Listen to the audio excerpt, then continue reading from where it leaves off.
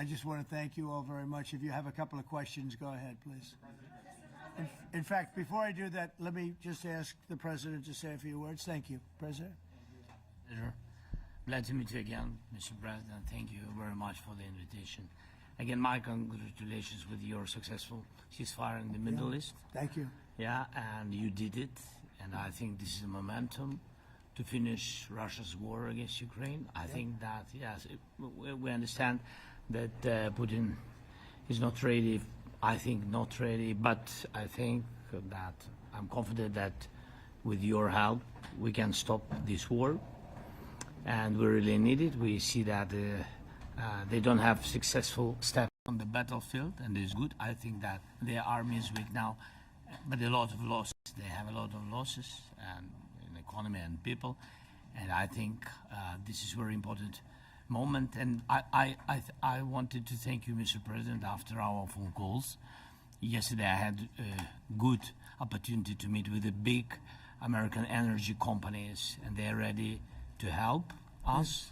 Yes, after all these attacks on our infrastructure, Russian attacks, and etc. And I had also meetings, thanks to your team. We had meetings with a good military companies. We spoke about air defense, and I want to share it after with details where we are. Thank you. Thank you so much. Thank you very much.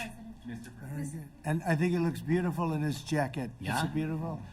I hope people notice. It's a good. It's actually very stylish. I like it. President Trump. Yeah, please go ahead.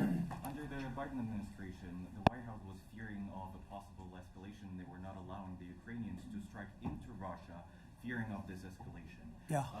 Would your administration allow Ukrainians to strike deep into Russia? We're going to stop be the- talking about that. That's something we'll be talking about. You're right. It's an escalation, but we'll be talking about that. Mr. President. Will President Zelenskyy join you in Hungary to meet President Putin? Because it's a leader that we like. We like Viktor Orban. He likes him. I like him. It's a country that's a safe country. Done a very good job. He's been a very good leader in the sense of running his country. He doesn't have a lot of the problems that other countries have. And so we've decided that we'll be going to be with Viktor Orban, and he will, I think he'll be a very good host. President Trump. President Trump. President Trump. Right here. It's in President Trump. Hungary, yeah. Will Zelenskyy We're join doing you Hungary, yeah. With Putin? Is it a trilateral meeting, or is it just you and Putin? To be determined, but I would say most likely it's going to be a double meeting. It'll be a double meeting, but we will have the President, Zelenskyy, in touch. There's a lot of bad blood with the two presidents, and I'm not speaking out of turn when I say it. It's a very difficult situation. You know, we just settled the war, and after thousands of years, I guess. People say anywhere from 500 to 3,000 years, and I was in rooms, as you saw, because you were with me, a lot of you were with me last week, with leaders that didn't like each other, but they were able to get along. These two leaders do not like each other, and we want to make it comfortable for everybody. So one way or the other, we'll be involved in threes, but it may be separated. President Trump. Mr. President. President Trump. Was he what? Where are you from? From Ukraine. He actually had a Okay, good. conversation with me Good, yeah. today. What if President Putin doesn't agree to peace in Hungary? What do you do then? Do you have... Well, let's see what happens. I mean, you know, what if? I think he will. I think that President Putin wants to end the war, or I wouldn't be talking this way. I think he wants to end the war. I spoke to him yesterday for 2.5 hours. We went through a lot of details. He wants to get it ended. I think that President Zelenskyy wants to get it ended. Now we have to get it done. President Trump. President Trump. Kara Castronova from Lindell TV. And although I love asking you questions, today my question is for President Zelenskyy Sure. of Ukraine. Go ahead, please. Thank you. Our President Zelenskyy, President Trump, just brokered a peace deal in the Middle East that all Americans, both sides of the aisle, are very proud of. But to meet that deal, both sides had to make concessions. Our president has stuck out his neck in many ways to make a peace deal for your war as well. What specific concessions are you willing to make to end this war with Russia? Will you give up joining NATO? Americans have foreign war fatigue, and our president, as he said, we need our Tomahawks too. To me. Yes, you, Okay. President Zelensky. Thank you What very much. concessions will you That's some question, right? So many Thank questions you. in one. Thank you very much for your question. First of all, I think we need to sit and speak. The second point, we need ceasefire.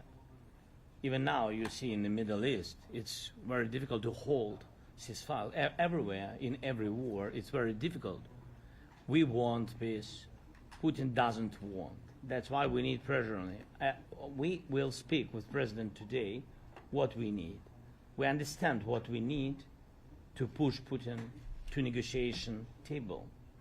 And as I said previously, so we are ready to speak in any kind of format, bilateral, trilateral, doesn't matter.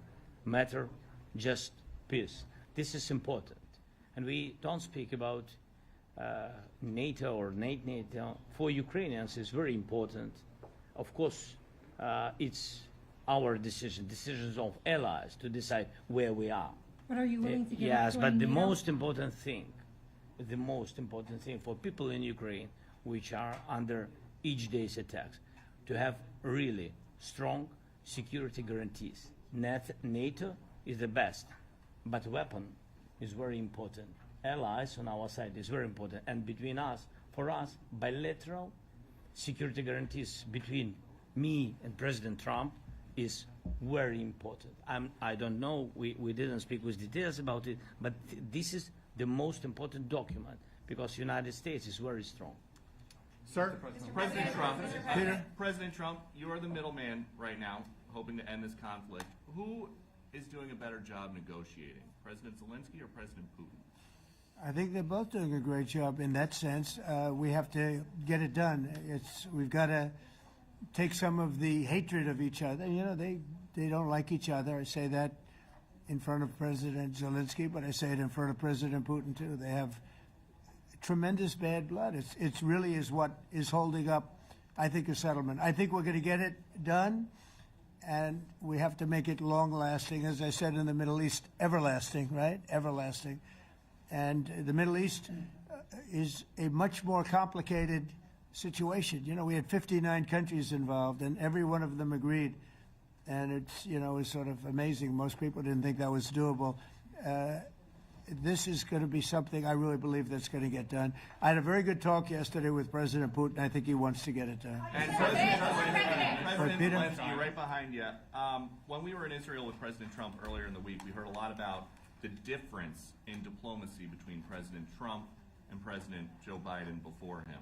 What do you see as the biggest difference in diplomacy between President Trump and President Biden? President Trump has a big chance now to finish this war. President Biden now is not the president, so he doesn't have a chance to finish this war. And President Trump is really showed for the world that he can manage ceasefire in the Middle East, and that's why I hope that he will do this, and we will also have such big success. For Ukraine, it's a big chance, and I hope that President Trump can manage it. I would say the biggest difference is one is extremely competent, and the other one is grossly incompetent. Mr. President. Sir, a few weeks ago in New York when you two met, you said that you think Ukraine could ultimately take back all the territory that it's lost so far. Do you still think that's the case, or do you think there'll have to be some sort of You swap never of know. territories? Look, you know, war is very interesting. You never know, do you? You just never know. With war and peace, but you never know. Are you ready? President Charles, Tomahawk missile. Please. Russia calls Tomahawk supply to Ukraine as an escalation, yet it continues using similar cruise missiles like Caliber and Yeah. even Who are you with? Who are you with? You Ukraine? Yes. Good. But Russia continue even using the cruise missiles and also nuclear-capable ballistic missiles in Ukraine since 2022. So do you consider providing Ukraine with the Tomahawk or similar missiles as an opportunity to equalize the possibilities of Ukraine and Russia and push Moscow to the negotiation Yeah. table? Sure. We're going to be talking about that. That's why we're here. Okay? fair question, exactly as he told you to say it, but we're going to be talking about it. Okay? Yeah, please. Mr. President, message to India and Hungary, who is still refusing. You said India and Hungary? That's an interesting. And Hungary India and Hungary. It's an interesting combination. refuse to stop buying Russian oil. Well, India is not going to be buying Russian oil anymore. And Hungary is sort of stuck because they have one pipeline that's been there for years and years and years, and they're inland. They don't have sea. They don't have sea. And I spoke with the very great leader of Hungary, and they are, it's very hard for them to get oil. I understand it. Hungary's in a very interesting position because they can't have ports. They're surrounded by land. So we'll see what happens there. But India will not be buying oil from Russia. And they've already de-escalated, and they've more or less stopped. They're pulling back. They bought about 38% of the oil, and they won't be doing it anymore. Mr. President, Melania Trump has been helping you in achieving peace in Ukraine. Who has? First Lady Melania Trump Yeah. has been helping in returning abducted Ukrainian children from Russian captivity. President Zelensky, do you appreciate those efforts? How do you assess them? And did you ask her to step in and to help you? No, she wanted to do it. She just felt very strongly about the children, and she's done a really good job, I think, in bringing it to the fore. We have a lot of children involved. Now, it's some people say it's 20,000, and some people say it's 300. There's a big difference between that, so nobody really knows. But she felt very strongly about the children. She thinks about the children all the time. President Trump, if you okay Tomahawks to Ukraine, what's going to happen if the United States is in a conflict and we need the Tomahawks? Do we have enough? That's a problem. We need Tomahawks, and we need a lot of other things that we've been sending over the last 4 years to Ukraine. We've been, we gave them a lot. Now we have a different situation. We send it to the European Union. They pay for it and all that, and they have plenty of money. But it's beyond the money. We need Tomahawks, and we need a lot of other weapons that we're sending to Ukraine. One of the reasons we want to get this war over is exactly that. It's not easy for us to give. You're talking about massive numbers of very powerful weapons. So that's one of the things we'll be talking about. Hopefully they won't need it. Hopefully we'll be able to get the war over with without thinking about Tomahawks. I think we're fairly close to that. Yeah, go ahead. Can I say, yeah, please. Just you to understand. So for today, of course, we want to finish this war, but the war is another technological war. You don't use just Tomahawks. If you want to target a military goal, you need thousands of drones. It goes together with such missiles. Ukraine has such thousands of our production drones, but we don't have Tomahawks. That's why we need Tomahawks. But United States is a very strong production, and the United States has Tomahawks and other missiles, very strong missiles, but they can have our thousands of drones. That's why where we can work together, where we can strengthen American production. And so just so that I understand, so you're suggesting kind of a trade. If President Trump okays Tomahawk missiles to help you launch Yes, it's into about Russia, military goals. It's only about military goals. Right, but then you would authorize some kind of an exchange where Yes, of course. the U.S. gets Yes, we Ukrainian. have proposition. We have brief proposition with our drones. President Trump, I don't mean to be brokering an arms deal here, but is that something that you would be interested in, Ukrainian drones? We are, yeah, we would. We have a lot of drones right now. We build our own drones, but we also buy drones from others, and they make a very good drone. I mean, drone warfare has really come to the fore over the last couple of years because of this war. I will say, there's nothing like the jets. We locked out a lot of drones in Israel. We were knocking them out for Israel, and we were doing it with extremely fast and powerful jets, following the drones and knocking the hell out of them. So it's, we know a lot about the drones, and we know a lot about the great jets, the great ones. The ones, and the B-52s, which were totally they were stealth. They were undetectable. So we have a lot of different weapons. And, you know, I have an obligation also, though, to make sure that we're completely stocked up as a country, because you never know what's going to happen. In war and peace, right? You never know what's going to happen. So we're going to be talking about Tomahawks, and would much rather have them not need Tomahawks. Would much rather have the war be over, to be honest, because, you know, we're in it to get the war over. We're selling a lot of different types of weapon, as you know, to the European Union. We're not in it for that. We're in it to get it over. We're losing thousands of people a week, thousands of people, Russian, Ukrainian, and mostly soldiers. I mean, mostly soldiers. But we're in it to see that end. And if we can end quickly, and I think we can. I mean, I had a very good talk yesterday. We're going to be talking about it. But I had a very productive talk yesterday with President Putin. We'll see what happens.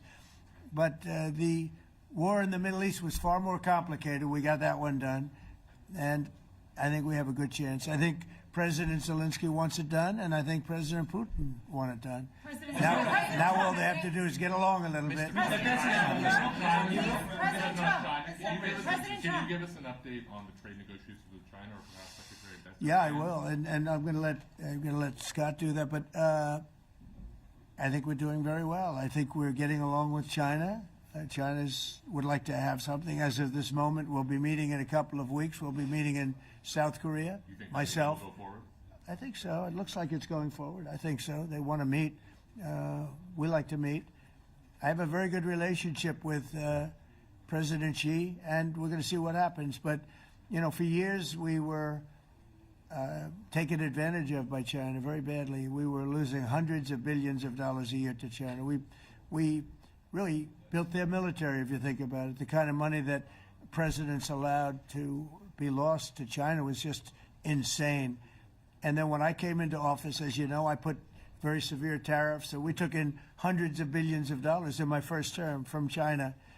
Biden let that go because it was so much. He let it continue, but he gave all sorts of exceptions. And by the time you looked at it, Scott, I would say it wasn't the same thing. He would give an exception for anything. If you got up and went out to dinner, he'd give you an exception. So it wasn't the same thing. But I put on very serious tariffs, and we took in hundreds of billions of dollars. And then I left office. The election was rigged. I left office, and that was the story. Now I come back, and we are in a very strong position because of tariffs. We're in a very powerful position because of the fact that we have tariffs. If we didn't have tariffs, we would be in a very weak position. We would be in a weakened state. But with tariffs, we've made hundreds of billions of dollars, not only from China, but from others. And China wants to talk, and we like talking to China. So we have a very good relationship, and we're going to be meeting in South Korea a couple of weeks. And I just got back from a long trip. I'm going on another long trip.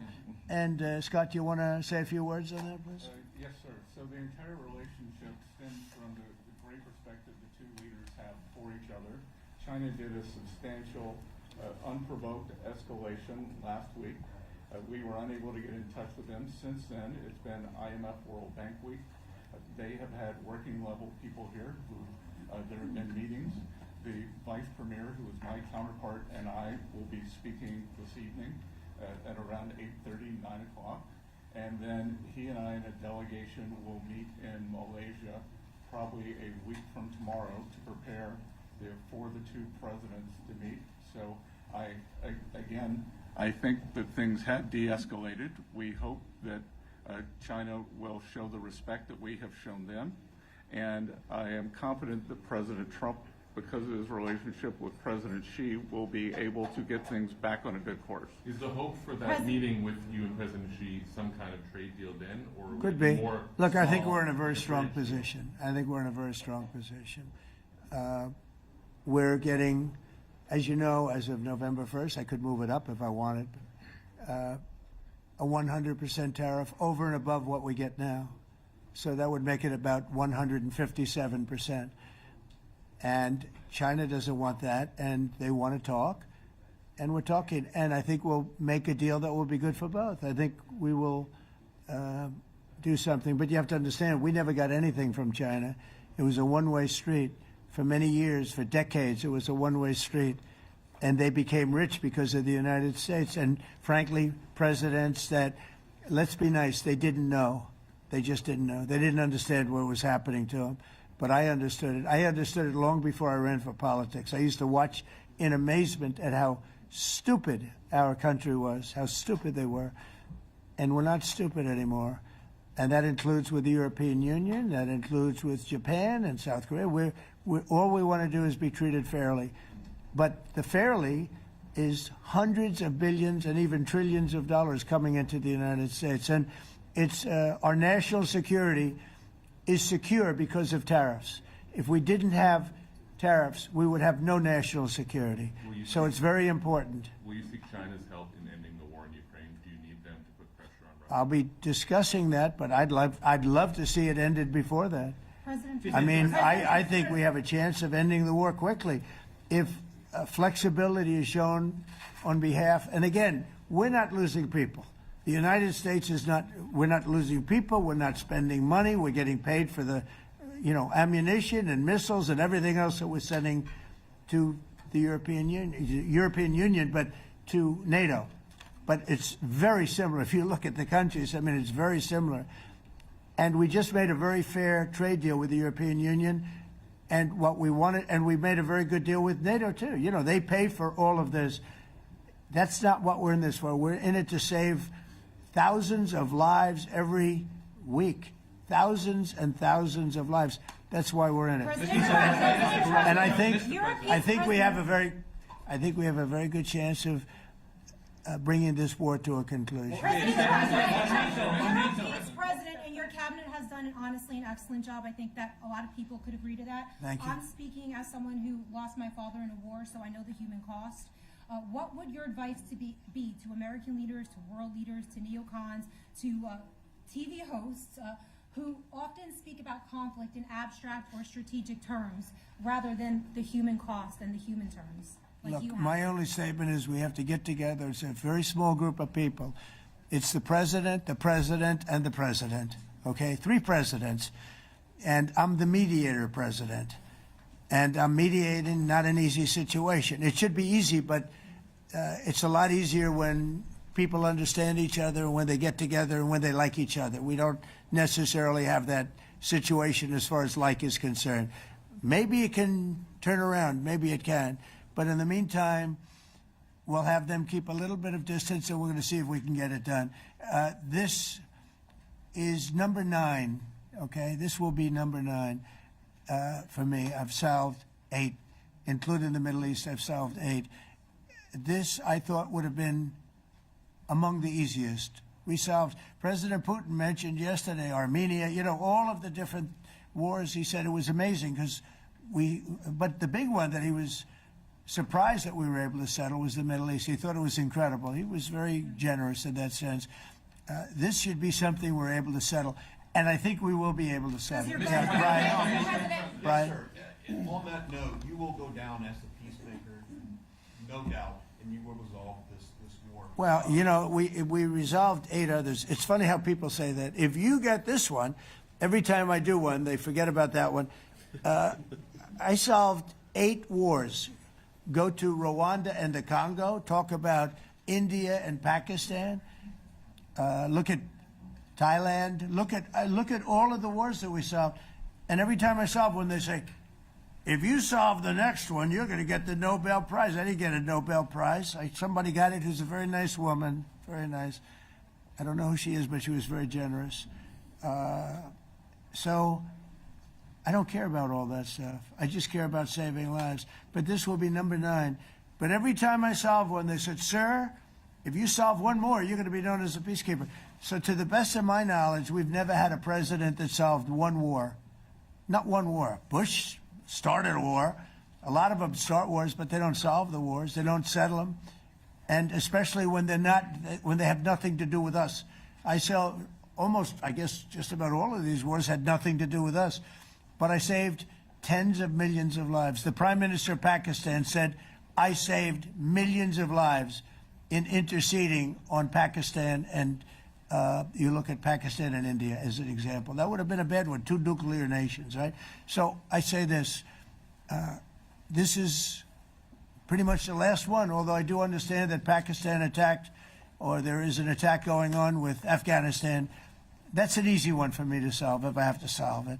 In the meantime, I have to run the USA, but I love solving wars. You know why? I like stopping people from being killed, and I've saved millions and millions of lives, and I think we're going to have success with this war. Wait, please. This, President Zelenskyy, this is your third time over here. And by the way, you look excellent. Thank you, sir. Thank you. For you, by the way. This is your third time here. How different sitting across from the president is this time versus the two previous times here at the White House? And how confident are you hearing the success rate of solving these prior wars that he can get this war solved? First of all, about suit. The same suit because the same president. It's very simple. The next president will have another suit.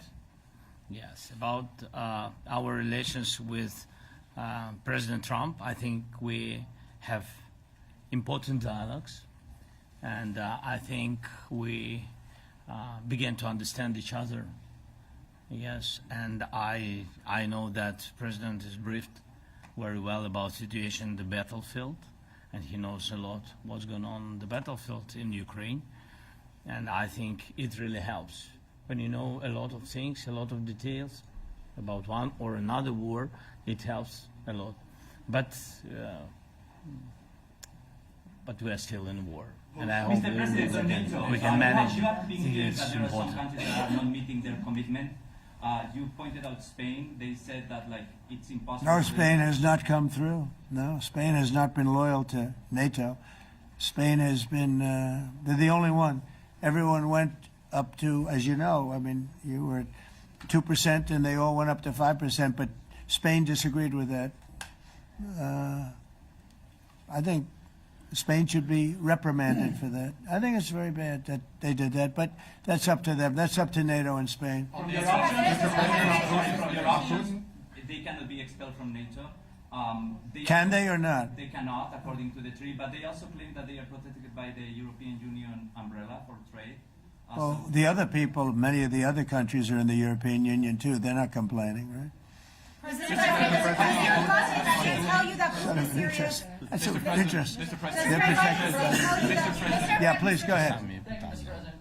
Do you think you can carry the momentum from the Middle East deal over to this deal? And if I do. So, how does that move the needle? Yeah, I do. I think we carry a lot of momentum, a lot of credibility. Getting Middle East done was very important. Nobody thought it could be done. That was one nobody thought could be done, and we got it done. And a lot of that was the big hit that we put on Iran with respect to the nuclear. They took that was an unbelievable military maneuver, the B-2s, and many other planes involved, by the way, but the B-2s. Yeah, I think nobody expected that to happen, and you know we had 59 countries involved, and these were countries very diverse. You had Arab, Muslim, Jewish. You had every country, Christian. You had every country, and many countries involved, and we got that done. And we got it done pretty swiftly after we set the table properly. We had to set the table properly. This should be one that we get done. And I think the table is set properly here now, too. And it'll be a great honor. It'll be a great honor to get it done. And the Ukrainian people are great, and the Russian people are great. And obviously they have much in common, as we understand. They have a lot in common. So it'll be a great honor to get it done. Yeah. On Venezuela, there are survivors from your latest boat strike. What happens to those survivors? Well, I'll ask Marco to discuss that possibly. Yeah, it's well known there's an ongoing narco-terrorist operation the United States has been conducting. As far as details of any recent strikes, we're not prepared here to announce all those details, but you'll get that information here very shortly. And how are there survivors when these are meant to be lethal attacks? Yeah, again, I mean, we're undertaking these operations against narco-terrorists. That's what these are. These are terrorists. Let's be clear. And But as far as the details of any recent operations, when we are prepared to announce those, we will, as the president has consistently done. So you may get something on that later today. Let me ask you, that was in a submarine, right? We attacked a submarine, and that was a drug-carrying submarine built specifically for the transportation of massive amounts of drugs, just so you understand. This was not an innocent group of people. I don't know too many people that have submarines, and that was an attack on a drug-carrying, loaded-up submarine. Yeah. On Putin, is it your belief, as Mr. Zelenskyy said yesterday, that the threat of tomahawks and costs, as Secretary Hicks had put it, is that bringing him to the table, the fact that it's kind of a carrot and stick? I don't know what's bringing him to I think he wants to make a deal, that's all. I can't tell you what's bringing him. Sure, that's the threat of that is good, but the threat of that is always there. Tomahawks are very dangerous weapons. They're incredible weapons. If you like warfare, it's one of the most accurate. You know, we hit 30 Tomahawks in Iran after the B-2s did their damage. We sort of gave it a little capper with 30 Tomahawks from a submarine, quite far away actually, but they're an amazing weapon. They're a very powerful weapon, but they're a very dangerous weapon, and it could mean big, escalation. It could mean a lot of bad things can happen. Tomahawks are a big deal. But one thing I have to say, we want Tomahawks also. We don't want to be giving away things that we need to protect our country. We have a very strong country right now. We have a strong military. We have the greatest military in the world. We have the greatest weapons in the world. I want to get this war over. Okay? Putin-Trump tunnel to connect Russia and Alaska. Are you interested? I just heard about it. A tunnel from Russia to Alaska. I just heard about that one. That's an interesting one. We'll have to think about that. I hadn't heard that. We just did a nice road in Alaska that's going to get us to a lot of minerals, and we have a piece of it, a good piece of the ownership because of the fact we made it possible. But this came up yesterday, a tunnel from Russia to Alaska. That's an interesting. What do you think of that, Mr. President? Do you have any ideas? How do you like that idea? I'm not happy with this. I don't think you're going to like it. I don't think you liked it. I don't think you liked it. President Trump, do you think that Vladimir Putin, do you think that Putin is your gut instinct? Well, we had a senator that wanted, remember, from Hawaii, she wanted a tunnel from the mainland to Hawaii. Then she said, well, we can't do that, so we're going to build a railroad to Hawaii. Do you remember? She's a current sitting senator, a Democrat. She wants a railroad to go to Hawaii, right? You know who that is, right? She's another beauty. President Trump, your gut instinct. Yeah, please. On your meeting with Putin, aren't you concerned that maybe the Russian president is trying to buy himself more time? Yeah, I am, but, you know, I've been played all my life by the best of them, and I came out really well. So it's possible, yeah, a little time. Is your gut instinct it's all right. But I think that I'm pretty good at this stuff. I think that he wants to make a deal. I made 8 of them. I'm going to make a 9th. I think he wants to make a deal. Well, I think that he should have won the war in a week. Yeah, I do think. And if we didn't give the anti-tank missiles, as you know, the javelins they call them, they got stuck in the mud. They would have been in Kiev very quickly. They were heading to Kiev. So, you know, in war, you have a lot of luck, too. You know, weather has won war, and the cold and the heat and all things take place in war. But that was a very interesting moment when the tanks started rolling and some brilliant general said, let's go through the mud instead of going down the highway, right? So they got a little bit lucky. But you know where they really got lucky? I gave javelins. That wasn't given by Barack Hussein Obama. He gave them sheets. You know, there's a statement. Obama gave them sheets, and I gave them the javelins. And the javelins are a devastating weapon. And that wasn't given by Obama. That was given by, because at the time it was Obama. That was given by me. So it was like one of those things. And you had hundreds of them. They're a devastating weapon. We have a lot of devastating weapons. I'd rather not use them. But that was a big moment. You know, when the tanks got stuck, they got stuck. And call it luck or call it talent. I'm not sure what you'd call it, but it was a big moment in time. Do you think Democrats will give you credit? Do you think Democrats will give you credit when you finally end this war, like they did with the war in the Middle East? And I think right now the Democrats are really damaged, mentally damaged. They want to take $1.5 trillion with a T, $1 trillion and give it to people that invaded our country. They came into our country illegally from prisons, from mental institutions, gang members. They want to give them health care and take it away from our citizens. We're not going to do that. $1.5 trillion. They want to destroy. They want to destroy our health care system. We're not going to let that happen. Do you authorize CIA operations in Venezuela as part of? Well, I wouldn't say that, but some interesting things are happening around the world. I'll say that. Mr. President, it has been reported that Maduro offered everything in his country, all the natural resources. He even recorded a message to you in English recently, offering mediation. What could we do in order to stop that? He has offered everything. He's offered everything. You're right. You know why? Because he doesn't want to with the United States. Thank you, everybody. Thank you. Thank you, everybody. Thank you, guys. Thanks, guys. Let's go. Start moving. Thank you, guys. Let's go. Thank you, guys. Thanks, guys. Thank you, press. Thank you, press. Thanks, President Trump. Thank you, Kim. Press. You guys. Good job. Thank you, guys. Thank you, press.